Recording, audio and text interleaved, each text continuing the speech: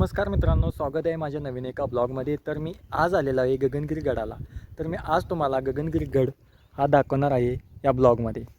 तर आमच्या माणबेट गावापासून जवळजवळ हा 20 किलोमीटर इतक्या अंतरावरती असलेला गड आहे. आणि काही इतिहासापूर्वी हा प्रसिद्ध गड मानला जात होता. आणि हे आहे करोळ घाट, तो थेट खाली कोकणात जातो. त्यानंतर हा गड गगनगिरी गड, तर तुम्हाला दाखवतो आता मी तिथे जाऊन, तिथे काय काय आहे. तर चला जाऊया. तर मित्रांनो, फायनली मी गगनगिरीच्या पायथ्याशी आलेलो आहे. आणि आता इथून मला पायऱ्या चढून गडावरती जायला लागणार, एक 10 मिनटं लागतील. आणि ही आहे गडावरची कमानी.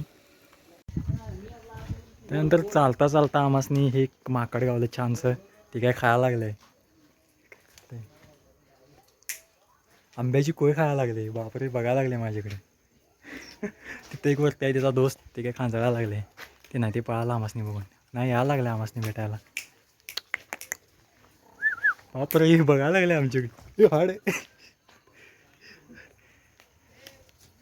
ते गडावरती असली माकडंसुद्धा बघायला भरपूर भेटणार अजून वरती. आणि तिथून आता आम्ही चालायला सुरुवात केलेली आहे. तिथून आम्हाला एक 5 ते 10 मिनटात आम्ही जाऊ शकतो गडावरती. तर चला आपण जाऊया, वेळ नको. खूप पायऱ्या चढायच्या आहेत आणि इतका भारी व्ह्यू आहे की काय. हे बघा, जंगल वगैरे, आकाश, आई शपथ.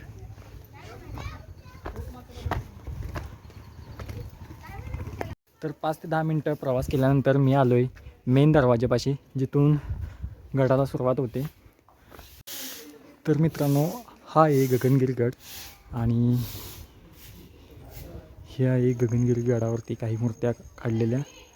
त्यानंतर आत मोबाईल अलाउड नाही आहे, त्यामुळे मी काही व्हिडिओ करू शकत नाही, बाहेरच तुम्हाला दाखवतो.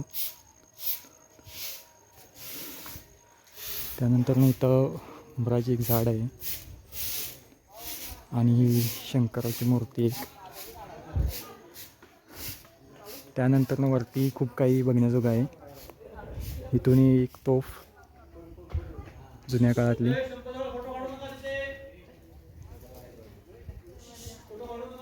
आणि गडावरून दिसणार आहे असे सुंदरसे व्ह्यू.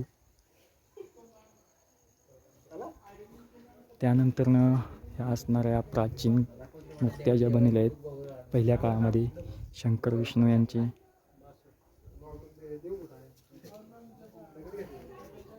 त्यानंतर तिकडेही काही आहेत.